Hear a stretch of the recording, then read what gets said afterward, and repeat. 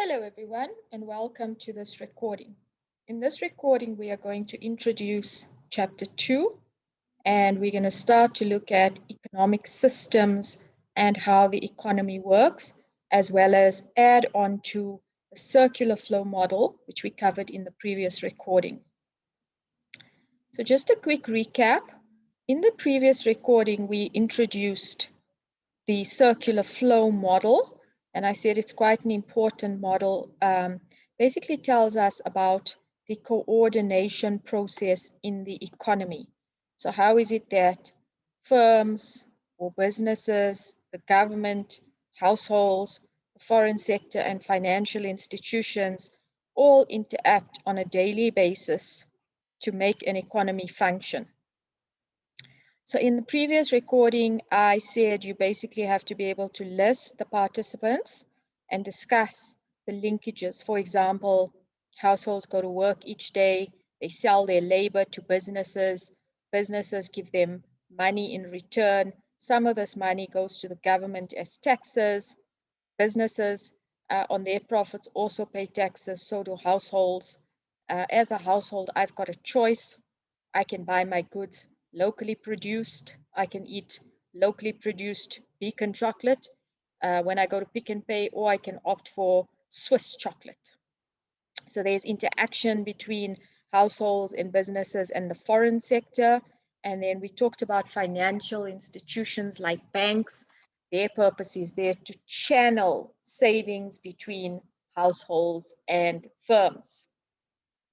So households that save give their money to a financial institution.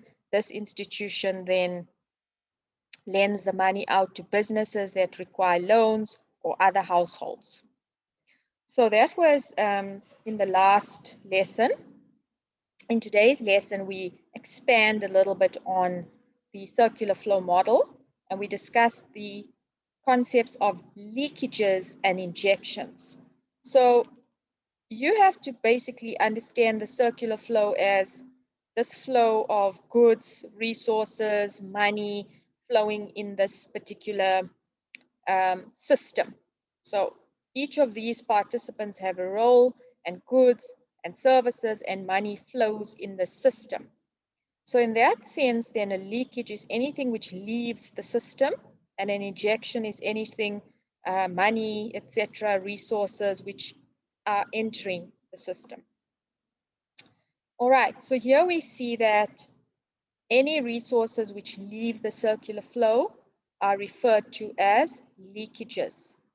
Okay, so here I have indicated in blue little things which you must know, be aware of,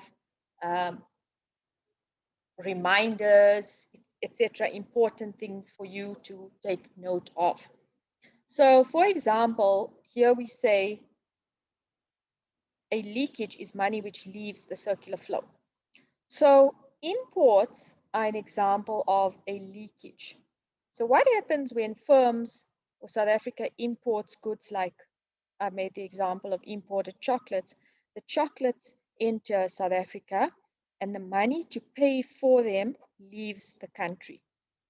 So for example, if they are Swiss chocolates, we have to pay for them in the currency of the country. If it's if it's American chocolates, we have to pay dollars for it. So money leaves the circular flow to pay for imports.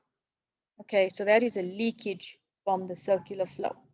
An injection then is money coming into the circular flow. Exports is an example of money which enters the circular flow. So when a firm exports, for example, in South Africa, we are big exporters of fresh produce, citrus fruits, that sort of thing, commodities like gold, coal, iron ore. So these firms produce these products. Mining firms produce products. They then export it to other countries. The goods leave South Africa and money comes in from foreign countries to pay for these exported goods. So exports are an example of an injection into the circular flow. So I want you to think about other examples of leakages and injections. and we will discuss these in the live session. Right, then the next part of this chapter looks at economic systems. So at the end of this slide set, I have put YouTube video link to give you an overview of the different types of economic systems. So what we're doing here is in this section, we're basically saying, well, all right, all economies, have different ways of operating. What are the different systems that economies can adopt in the operation and the running of their economies? So here we talk about a traditional economic system. So this was basically, it's not very common today to find a purely traditional economic system. There's one example, they call the Inuit tribe of Canada. And basically a traditional economic system is one which is a system based on barter or exchange. There's basically subsistence farming. So you farm for your own needs, what you're going to eat. You don't actually go to work. It's not a very technologically developed system. You basically, if your father was a blacksmith or a shoemaker or a farmer, you basically follow in that. You basically live off what you produce in terms of subsistence farming, and you trade with other people for what you need. Okay, so not very common anymore. It was based on the barter system. Today, most economies have moved away from that. Especially the rise of industrialization has moved most of the world economies away from traditional economies where we don't necessarily follow what our parents did. We go to work, we live in technologically advanced societies. The next type of system which you would be familiar with and you would have heard of is a command economic system. So here, we also know this as a centrally planned economic system. So the former USSR, United Soviet Socialist Republic countries, Cuba, and basically today, North Korea function as command economies. So what happens here is you have the government which commands or centrally plans everything in the economy.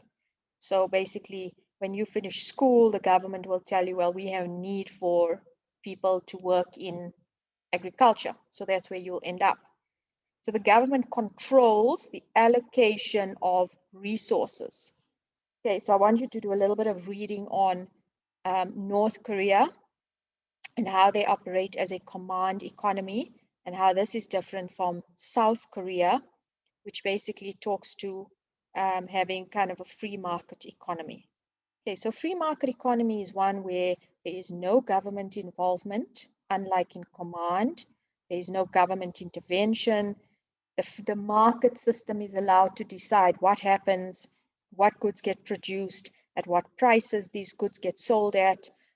People choose their careers then based on what careers are well paid, what interests them, etc.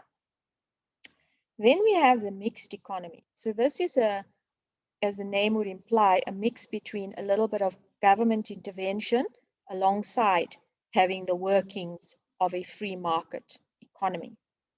So in South Africa, we have a mixed economic system. Many of you will have listened to the budget speech of 24th of February.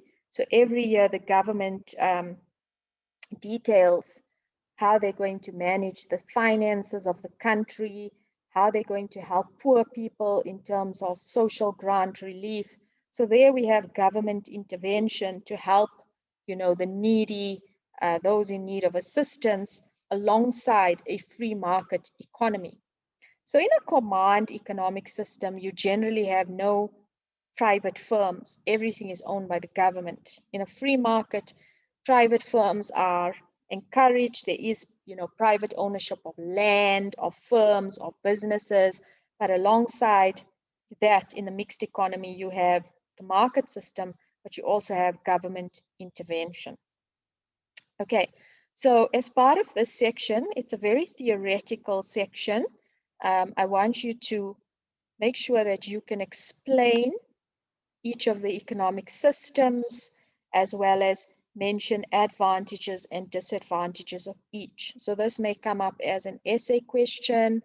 It may come up in the multiple choice section in the closed book exam, which we will have in June, where you will have to be able to identify advantages and disadvantages, or else write an essay and, you know, showcase a particular country which follows typically the command free market or mixed economy.